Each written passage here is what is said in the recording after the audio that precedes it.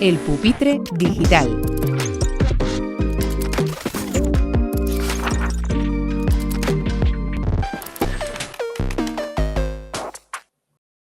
Bienvenidos al Pupitre Digital, bienvenidos al espacio de entrevistas de Radio Educativo de nuestro canal de YouTube y de nuestro podcast en las distintas plataformas. Hoy tenemos a Susana Sorribes, presidenta de ISNOVAE, la Asociación de Inspectores e Inspectoras para Nueva Educación, pero también doctora en psicología, profesora, docente universitaria y sobre todo una apasionada de la educación, una persona que pese a ser inspectora y que a veces cuando hablamos de inspección pues suena como alerta, tenemos a una gran apasionada del mundo educativo, a una gran innovadora y sobre todo también a una persona que desde sus distintas trincheras está impulsando una reforma, una renovación y transformar la educación y al fin y al cabo. Bienvenida. Muchísimas gracias por acompañarnos. Gracias, Víctor, y gracias al programa y sobre todo por esta ventana que abrís a que todos los docentes puedan escuchar y acercar, por ejemplo, en este caso a la inspección educativa y que nos conozcan desde otra perspectiva. Yo no puedo más que daros las gracias al Éxito Educativo y a esta cadena de podcast que realizáis y programas de radio, porque es una puerta para que los docentes conozcan otro tipo de inspección. ISNOVAE, como bien has dicho, es una asociación de inspectoras e inspectores para una nueva educación que lo que pretende es transformar a través de la acción inspectora y cambiar el sistema educativo para que mejoremos. Con lo cual, desde hace 8 años estamos en 3 comunidades autónomas.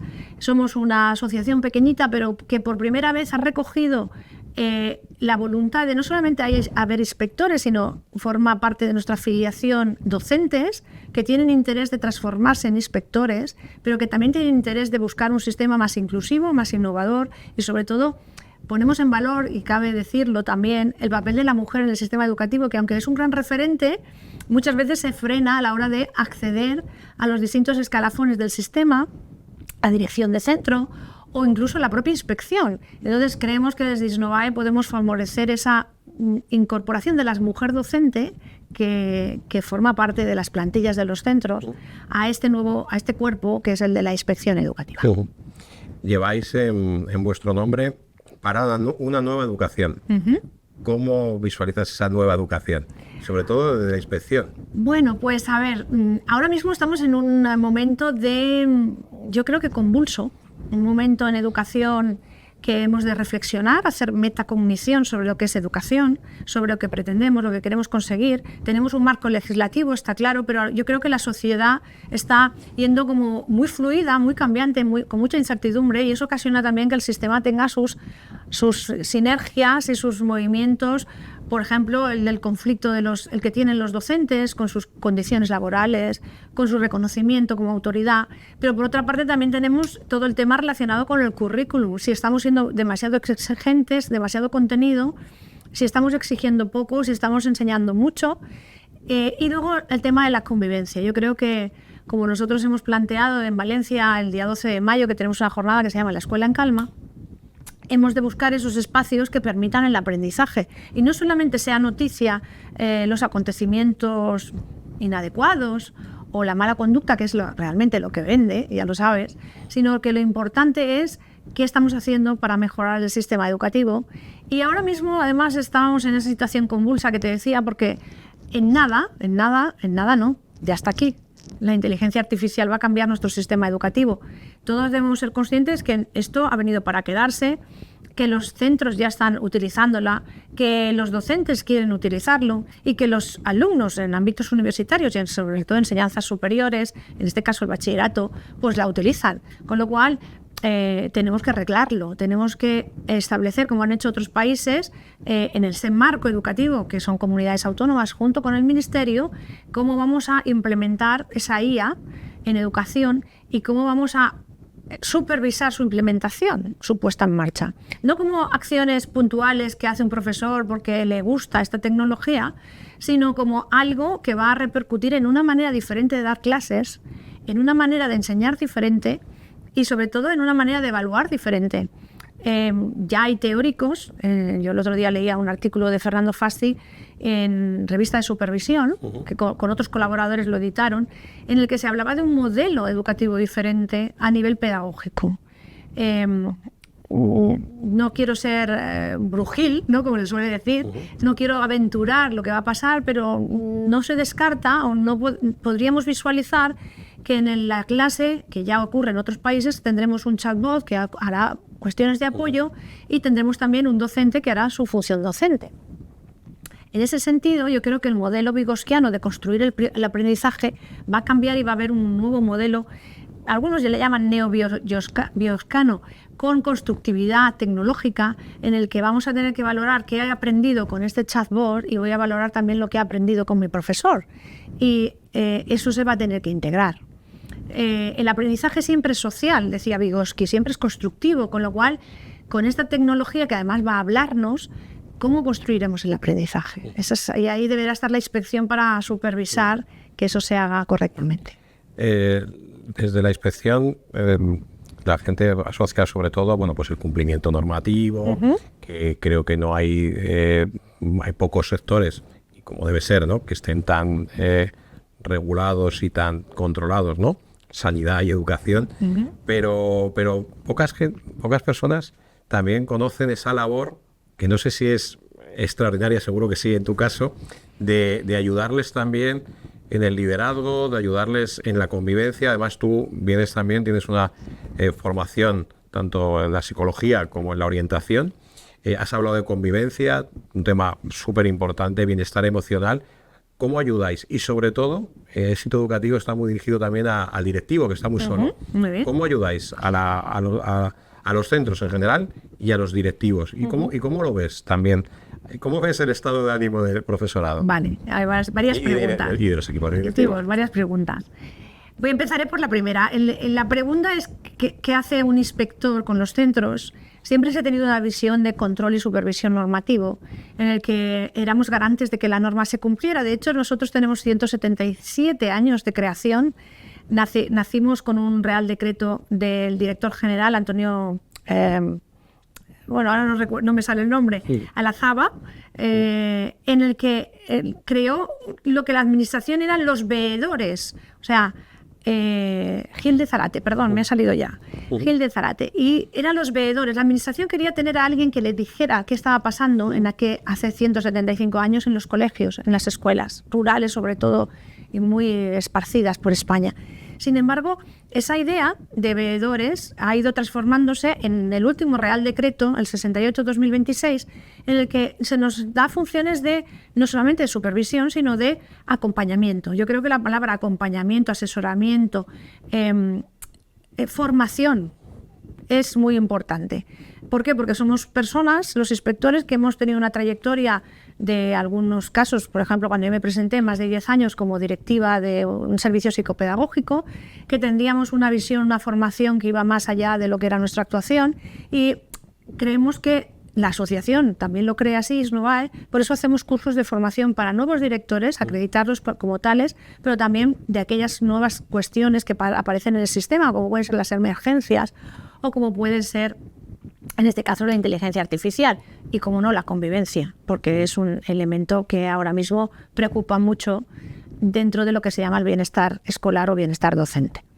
Entonces, la idea un poco es que la inspección tendría dos facetas, una supervisora, control, y otra de acompañamiento. Y fíjate, yo cuando voy a los centros, que en este momento tengo 40 centros, conozco perfectamente a los equipos directivos, con ellos trabajo en seminarios mensualmente, pero además yo no voy allí a fiscalizar, a no ser que sea una tarea de fiscalización, porque veo la gestión económica, por ejemplo, o que estoy evaluando a un docente porque tiene que hacer las prácticas, pero sí que voy a implementar cosas, cambios que intento, pues yo qué sé, un programa de la conversación entre los grupos de quinto y sexto para fomentar el diálogo con los alumnos, o un proyecto PIE, o una atención especializada para un niño con necesidades educativas. Lo que vengo es a asesorar a ese equipo directivo cuando le faltan recursos, a asesorar cuando tiene un conflicto con los padres que puede judicializarse. Vengo a acompañarles, incluso participo en esas entrevistas.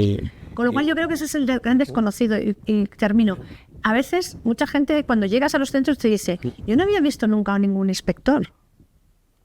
Y ahí nos preguntamos los inspectores, ¿por qué no estamos más en los centros? Y Susana, esta labor de acompañamiento y estos seminarios, ¿es solo para centros públicos o trabajáis también? También con concertados.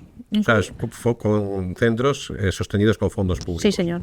En la zona que llevamos los inspectores, normalmente en la mayoría de las comunidades autónomas, se incluyen centros de las dos titularidades, privada y pública, pero que está sostenida con fondos públicos. E incluso te digo más, se invita a los centros privados a que puedan participar si los hubiera en la zona, porque también hacemos una supervisión de titulaciones, del profesorado, pero que puedan participar. Esa es mi manera de ver que la zona, que normalmente son poblaciones de un mismo ámbito comarcal o de distrito, si es una localidad, pues nos permita tener una actuación homogénea y que no se hagan cosas diferentes en función de zonas que además tú entenderás que están influidas por ayuntamientos, pero también por instituciones de esa zona comarcal que hacen que los recursos sean particulares de esa zona. Por eso un inspector suele tener 4 años una zona y cambiamos de zona y volvemos a conocer pues otra comarca, otro distrito, en el caso de Valencia, si fuera una población grande, o Madrid, supongo que también.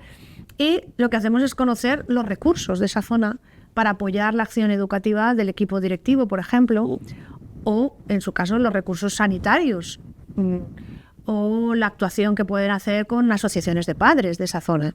Entonces, todas estas, o escuelas de música, o cuestiones culturales, ¿no? Entidades culturales.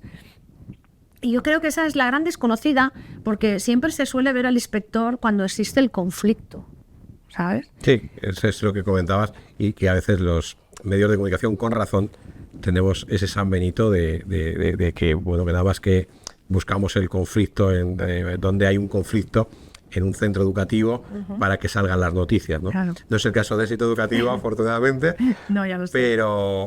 pero precisamente en esos casos, ¿no? Que convivencia, además tu formación, tanto como en psicología, como tu experiencia también en la orientación, ¿crees que ahora mismo hay más o es una cuestión de los medios de comunicación?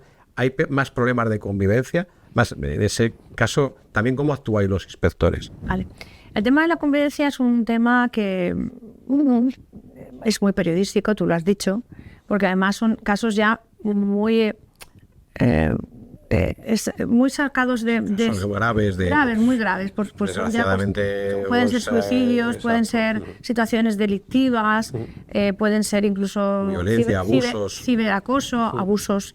Pero yo creo que el kit de la cuestión está en dos cuestiones. Uno es, la cara es una misma moneda que tiene dos caras. La parte que más vemos es la reactiva. La de, pues fue el inspector o la administración, ha puesto una multa, se ha abierto expediente disciplinario, pero hasta llegar a ese extremo, que es un hecho muy exagerado, muy a veces muy, ¿cómo ha podido llegar a ocurrir, no? Hay que ver la otra cara, y es que un centro debe ser como un proveedor de bienestar escolar. Y ahí es donde no ha habido un trabajo previo. Yo creo que la prevención está muy poco valorada. La prevención no es tener un plan de convivencia escrito en un cajón. La prevención para mí es que todos los centros trabajen al unísono y sepan qué tipo de convivencia establecen en los centros, estableciendo unas normas de organización y funcionamiento muy claras que sean conocidas por toda la comunidad educativa, pero además desarrollando habilidades por parte de los profesores en los alumnos, donde esté la conversación, donde esté el autoconocimiento, donde esté la aula biográfica, donde esté la conciencia. Como persona, yo tengo que tener conciencia de lo que está bien, lo que antes se llamaban los valores. Pero bueno, se siguen llamando. Sí. O sea, aquí en el centro educativo nos gusta hablar de valores. Exacto. Yo creo que es una de las cosas que tenemos que trabajar en las tutorías, y también que tenemos que trabajar a nivel de un proyecto transversal de todas las materias, donde el acoso no sea algo que se oculta, sino que una simple llamada de atención nos pueda plantear que haya un acoso, porque observamos un alumno aislado, porque observamos un alumno que de repente le bajan las notas. O sea, tenemos que estar más atentos a las señales. Y ahí, a mi parecer, hay otros países que van un poco más adelantados de nosotros. Nosotros estamos más en la legislación, no diría punitiva, sino correctiva, y habría que establecer más medidas restaurativas. ¿Por qué? Porque hay que saber que si tú te saltas un semáforo, tienes unas consecuencias, pero también podría restaurar la situación de esa persona a la que has dañado, restaurar el mobiliario de tu centro, hacer trabajo social. No solamente te expulso y ya está, porque el problema vuelve. Y trabajar también con qué problemas hay en esa persona que tiene que establecer ese tipo de vínculos agresivos o despectivos. Entonces hay un doble trabajo. Por eso planteaba que otros sistemas, como el Reino Unido o como Finlandia, con aspectos más sociales, enraizados en lo que es el ayuntamiento, en lo que son colectivos culturales, establecen más una actividad de prevención. Y ya, por decir algo súper novedoso, tenemos el modelo de Nueva Delhi, en el que se trabaja diariamente la meditación, el mindfulness, estar en el presente, el autoconocimiento, que yo creo que son a gente que habla de modas espirituales, pero no es eso. Yo creo que estamos como... El mindfulness es una base científica. Por supuesto, y neurológica además, porque para estudiar matemáticas tú tienes que estar muy centrado y no puedes venir de hacer actividad física y ponerte a hacer matemáticas. O venir con un estrés de tráfico, premuras que tu familia te mete para que desayunes porque no llegas, o que te han dejado en el colegio, venga, entremos, y que ahí empieces a tener conciencia de que te tienes que centrar para comprender un texto. Entonces, otros países han intentado centrar al alumno antes de empezar y dedicar, aunque sean 10 minutos, a esa ubicación de niveles beta cerebrales que me permitan aprender.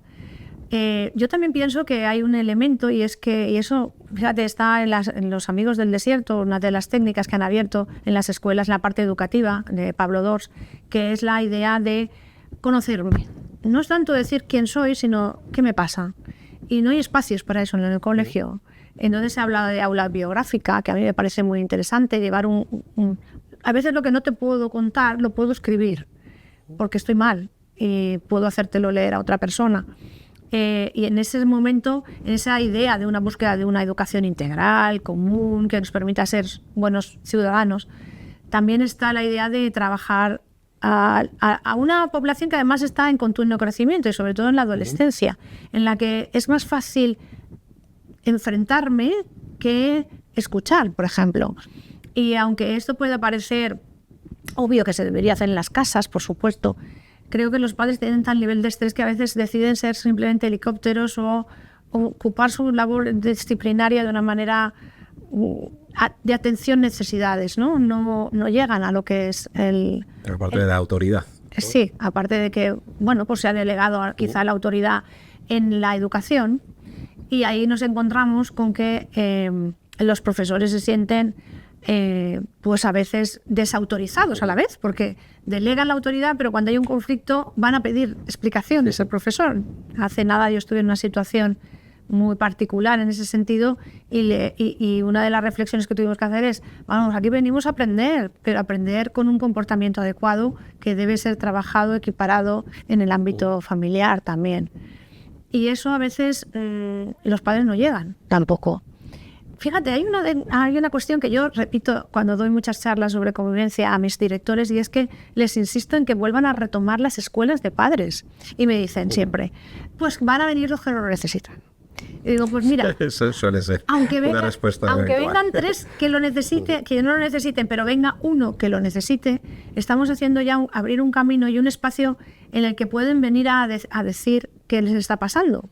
No es venir a que les digas qué mal se ha portado tu hijo, que además te molesta porque me han vuelto a poner un anuncio en la web de la escuela, en el que vienen a la defensiva porque se cuestiona en parte aquello que ellos saben que no están haciendo. Entonces, eso a lo mejor puede crear un ámbito de más de vamos a aprender todos, porque, a ver, todos tenemos hijos y no es lo mismo, a lo mejor el primero que el segundo en función de su temperamento. Por mucho que lo queramos hacer igual y tengamos un estilo muy dialogante, muy democrático, o incluso pongamos nuestros límites y seamos autoritativos que no autoritarios. Pero también hay otro elemento que yo creo que se ganaría en esas escuelas de padres, y es que el profesor se le daría una autoridad que ahora no tiene, una autoritas, al enseñar a los propios padres. Los padres a veces van a los centros como a decir, pero es que le ha dicho tal palabra. Hombre, eso es un hecho puntual, no es una continuidad. Tenía este contexto. Estamos como a la defensiva de lo que son nuestros hijos y sus derechos y no de sus obligaciones. Entonces, eso también es algo que hay que ir trabajándolo, y yo creo que hay que plantearse programas de educación familiar. La dirección, volviendo a los directores, a tus directores, ¿cómo los ves en cuanto al estado de ánimo? Y sobre todo, cuando hicimos hace un par de años un estudio precisamente con la Universidad de Distancia de Madrid sobre el estado de ánimo del profesorado en general, no sobre los directivos, y decían que las dos fuentes de estrés, ¿no?, o de que más afectaban a su estado de ánimo era la burocracia, con lo cual ahí te quiero preguntar. Sí.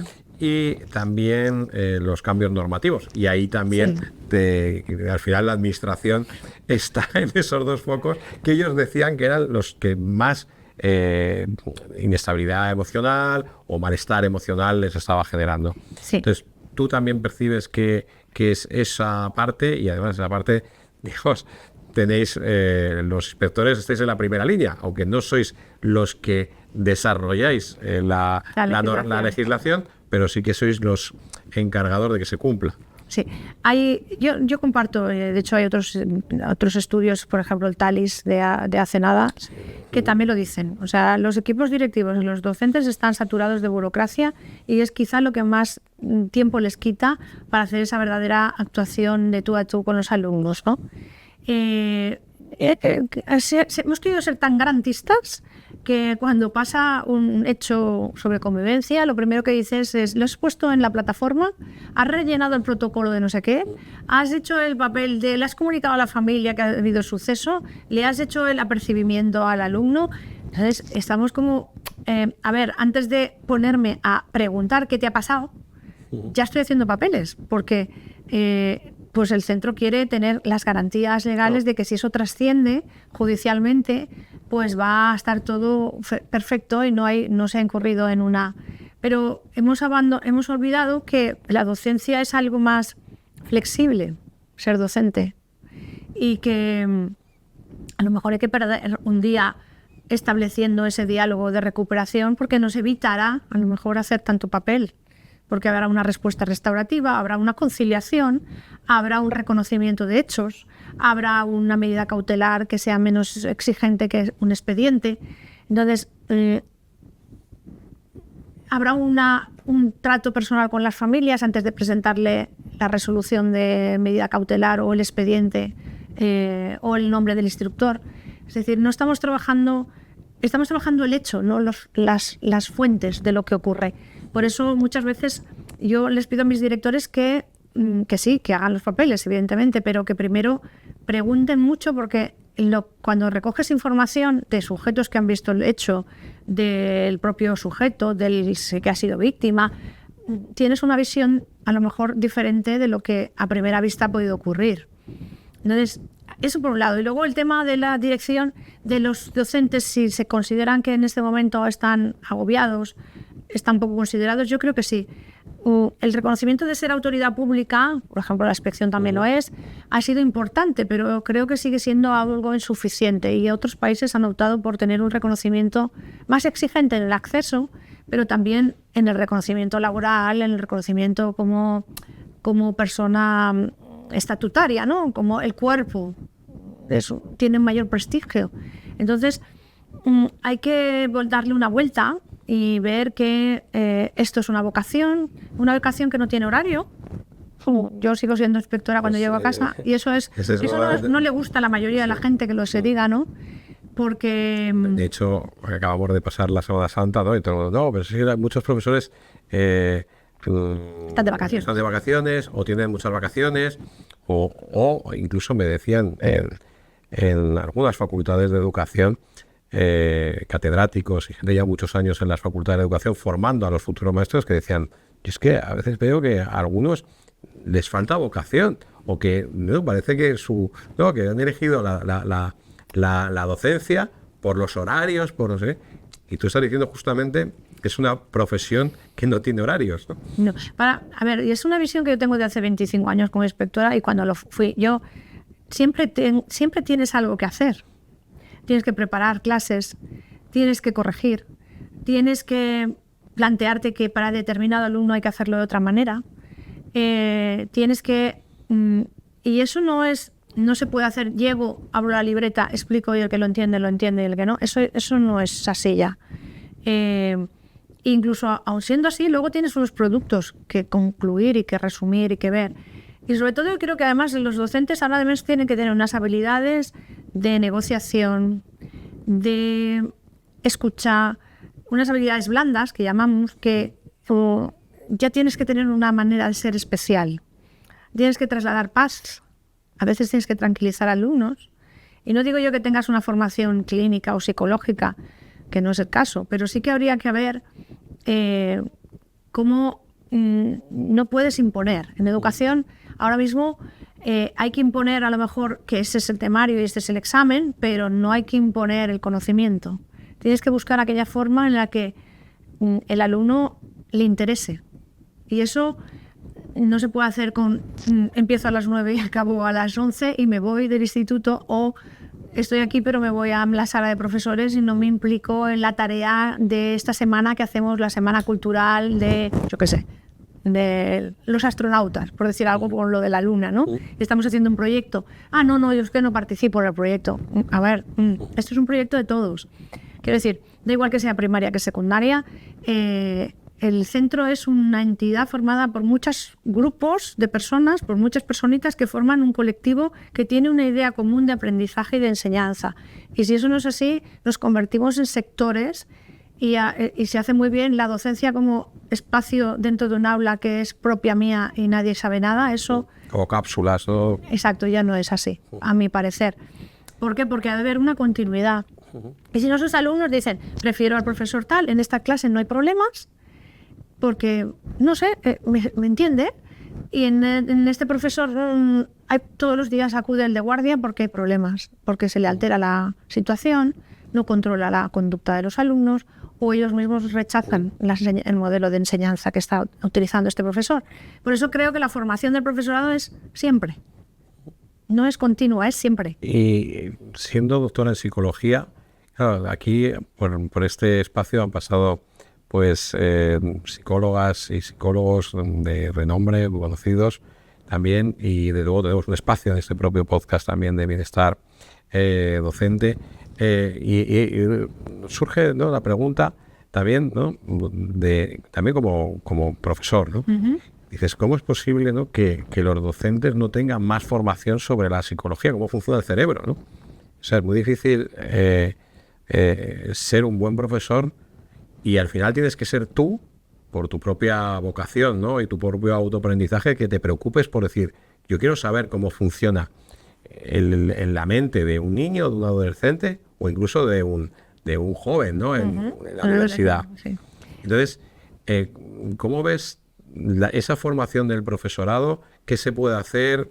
¿Se está trabajando lo suficiente en la formación continua del profesorado en este sentido, con una sociedad cada vez también más compleja y que requiere de eso, de esas habilidades blandas, que tienen mucho que ver con la psicología? Sí.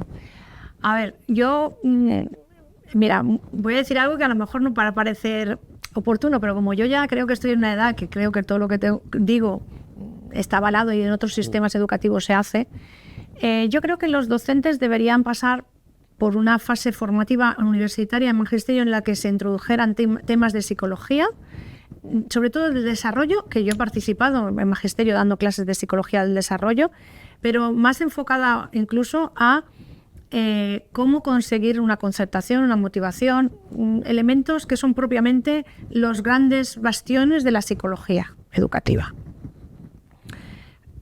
Pero es más, yo creo que cuando vamos en la universidad estamos como muy desconexionados de lo que es la formación de magisterio, muy desconexionada, quitando incluso de las prácticas estas que se suelen hacer, pero deberían haber un año de, y eso es una reforma del sistema de acceso, incluso al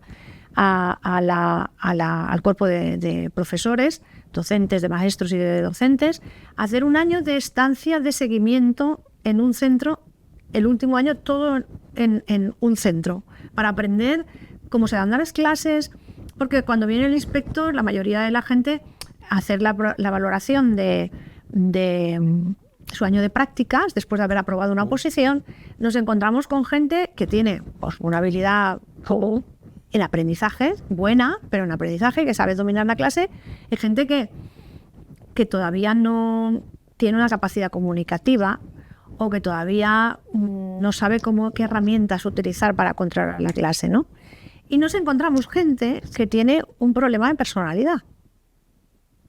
Eso es más grave, ¿no? Entonces aquí viene la apuesta.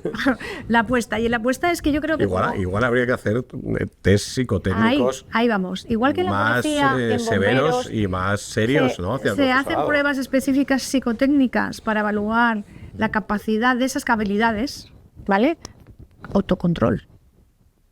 Tú no puedes perder el control en una clase. Fuerzas y cuerpos de seguridad del Estado tienen. Sí, los tienen. Además lo conozco porque tengo un hijo en este ámbito. Yo creo que deberíamos pasar por una evaluación psicológica en el sentido más de valoración de personalidad, porque no puedes considerar que los que están enfrente de ti son tus enemigos, porque no te hacen caso. Entonces, muchas veces ese papel de inspector es entrar en la clase reiteradamente de un profesor pues que tiene un problema físico, por ejemplo una disfemia, y no pronuncia bien y los alumnos se ríen. Entonces, ¿cómo intervenimos en esas situaciones? ¿Cómo hacemos que los alumnos tengan respeto hacia el profesor? ¿Cómo hacemos que el profesor elimine la ansiedad en ese momento? Pues todas esas cuestiones hay que abordarlas también dando apoyo, seguridad. Porque, claro, tú puedes saber mucho, pero tienes que tener otros elementos. Y el sistema, hasta ahora, siempre hemos accedido sin valoración de la personalidad y con aspectos memorísticos. Y ahora con una parte práctica. Bueno, sí, programación, sé hacer situaciones de aprendizaje, sé hacer la programación de aula y me lo he aprendido y lo sé hacer. Pero, ¿y llevarla a cabo? Una prueba sería hacerla en física, o sea, con una clase. ¿Cómo lo haces? Entonces, eso es lo que el sistema te va enseñando con los años. Yo misma puedo decir aquí, yo no soy la misma inspectora en el año 2002, cuando empecé, en el que tenía muchos nervios y me daba miedo que sonara el teléfono porque no sabías la pregunta la ibas a ver o no, que con muchos años, 25, en la que ya, bueno, puedes surgir cualquier cosa, pero tienes tus herramientas para saber gestionar un nuevo conflicto. Y también porque coges cierta distancia de los problemas y los analizas desde una versión más objetiva, no implicativa, emocional, a lo mejor al principio, pero si luego dices, bueno, pues a lo mejor interviniendo emocionalmente con esta persona soluciona el problema de su relación en el aula. Y así ocurre normalmente, porque sienten que tienen a alguien que les apoya. Y no es una burla, en el sentido de me están separando o el equipo directivo no me entiende, por ejemplo. Que no quita que en su caso, si una persona no hace su trabajo, pues evidentemente pongas tus requerimientos y pongas tus acciones más de control. Pero sí que hay que plantearse que habría que haber un sistema de acceso diferente. Un sistema de formación diferente y un sistema de acceso diferente, a mi parecer. Estamos abriendo distintos... Muchos marcos. Muchos marcos. Y te hace una pregunta que a veces hacemos y que a mí me gusta hacer, y sobre todo a una persona como tú. Porque además encima eres administración. ¿Qué es la primera medida que adoptarías si te nombraran en este momento ministra de Educación? Uf, menuda pregunta. No me gustaría estar en esa situación. A ver, yo creo que se me ocurre, mi mente está guapa. Claro, que son tantas cosas. Son tantas cosas que podríamos hacer, pero yo creo que... No, la primera es, yo me reuniría con todos los representantes educativos y pondría en valor a los docentes. Sin esa herramienta no somos nadie. El sistema no existe. Hay que poner, poner en valor no es, puede ser una cuestión económica, pero no creo que es la principal. Ahora lo que los docentes quieren sentirse es que tienen seguridad de ser docentes. No sé cómo explicarlo.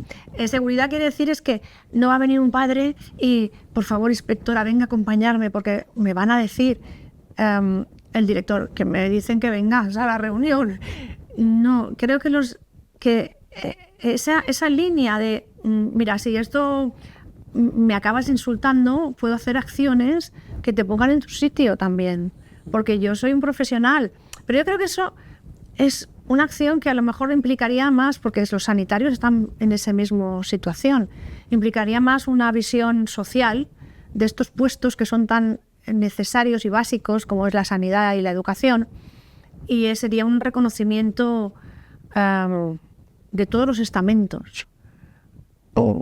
No sé si solamente fueran medidas punitivas, porque me parecería solamente inadecuado para los que no tuvieran en cuenta estas personas y estos funcionarios, sino también unos premios nacionales, reconocimientos por la mejora, porque ¿sabes qué pasa? Que aquí solamente se va al que lo hace mal, y cuando alguien lo hace bien y lo está haciendo continuamente desde el anonimato, nadie premia.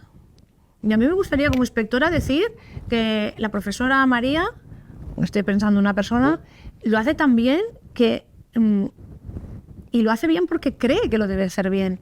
Y no podemos proponer a nadie ese premio, ese reconocimiento, que podría ser económico, podría ser de decisión de yo elijo en qué colegio quiero estar. No necesariamente tendría que ser reconocimiento local en una localidad, por ejemplo.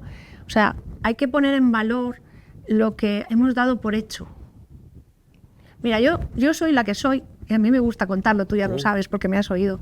Yo soy la que soy porque doña Lola, una maestra de un pueblo muy pequeñito de la provincia de Castellón, que es de donde desciendo, y lo diré, es Nules, 14.000 habitantes en este momento, se dio cuenta que yo tenía un problema, que era una dislexia, que entonces yo creo que ni se diagnosticaba demasiado, porque ya hace muchísimos años, y ella dijo, no, ella va a aprender a leer de otra manera, cuando mi madre también tenía una formación y no había hecho demasiado emocional.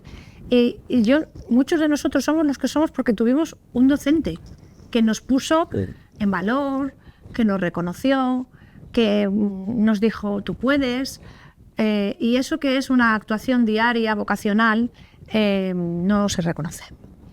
Entonces todos tenemos nuestra doña Lola, todos tenemos nuestro profesor, que incluso vamos a hablar con él, si está vivo, a veces para consultarle cosas personales. Y eso puede ser universitario también. Recuerdo a algún universitario mío, Rosana Clemente, por ejemplo, que siempre han sido nuestros referentes. Y ser un referente es que te reconozca alguien. Y eso se hace más en sanidad, con grandes personas que hacen grandes eventos o grandes descubrimientos, pero en educación no estamos acostumbrados. Es verdad. Y hay grandes maestros y que han pasado sin pena ni gloria por la historia y que no se estudian prácticamente, incluso las propias facultades de educación. Claro, nosotros hacíamos hace poco un homenaje del 8M, ¿no? A buscar una línea de tiempo, ¿no? Y que se ha habido grandes mujeres desde la Grecia clásica, ¿no? Y no se estudian, no se conocen. Yo, por eso Isnovae, y termino ya, ha creado esos premios que tú conoces de Acción Docente 10, porque aunque somos inspectores y hacemos mucho supervisión y control, creemos también que hay que premiar a colegios, entidades, no solamente educativas, sino, por ejemplo, externas, que difunden la educación, como hacéis vosotros, porque la educación es algo que pasa en las aulas, pero trasciende de las aulas, porque cada persona que pasa de un curso a otro, cada niño, cada familia, trasciende lo que aprende de este colegio, lo que le hicieron a sus hijos, y nos da una visión de lo que es nuestro país y sobre todo lo que puede llegar a ser nuestro país. Y ahora con la inteligencia artificial aún más. Además, me gusta, ahora estamos concluyendo lo que puede llegar a ser gracias a la educación, que esa es la educación, esa semilla, ¿no? Esa potencia que tiene la educación para transformar, no quedarnos ni con el pasado ni con el presente, sino estamos siempre hablando y pensando en el futuro de los niños, que serán los futuros ciudadanos. Siempre concluimos esta entrevista con la misma pregunta. ¿Cómo ves o cómo sueñas el mejor centro educativo del mundo? Pues mira, yo creo que el mejor centro educativo, y eso a un amigo mío que diseña centros y que aprecio mucho me dirá, el espacio es importante, sí, pero yo creo que un mejor centro educativo es aquel en el que los profesores tienen bienestar escolar o bienestar profesional. Todos hemos tenido experiencias de ir a instituciones en las que creemos que nos acogen, nos entienden y que nos escuchan. Y yo por eso digo que una gran cualidad que tiene que tener un equipo directivo es escuchar. Escuchar y no decir, no, eso nosotros no lo podemos hacer. No, a lo mejor sí lo podemos hacer. O dejamos que lo hagas tú, ¿no? Entonces, un buen centro es aquel en el que incluye a todos. No solamente el profesor está ahí, todos están incluidos, pero además incluye a las familias, incluye a los alumnos. Es como una comunidad. Y esa sensación muchas veces, fíjate, yo recuerdo que soy del colegio Lope de Vega de Nules, que era muy diferente de otro colegio, que no voy a decir el nombre, que era muy diferente y tenía otros idearios. Y sin embargo, los antiguos alumnos de este colegio seguimos reuniéndonos. ¿Por qué es? Porque tenemos una identidad generada en ese colegio. Y eso es lo que al final queremos transmitir. Así que si hay malestar docente, los centros no funcionan. Pues nos quedamos con eso y desde luego en el centro educativo pues es una línea estratégica que está en la portada de nuestro periódico, está en este podcast, que es el defender y apoyar en todo lo posible el bienestar de docentes y directivos. Pues Susana, gracias a vosotros. ¿Qué te puedo decir? Muchísimas gracias por acercarnos el mundo de la inspección tan desconocido y sobre todo acercarnos, o mejor dicho, compartir tu enorme pasión por la educación y tu enorme conocimiento también de este sector. Muchísimas gracias. Gracias y a vosotros. Los emplazamos a todos nuestros canales y que nos podáis, por favor, seguir, suscribiros a al canal de YouTube, a que nos sigáis diariamente en estudoeducativo.net y a través de nuestras redes sociales. Muchas gracias. El Pupitre Digital.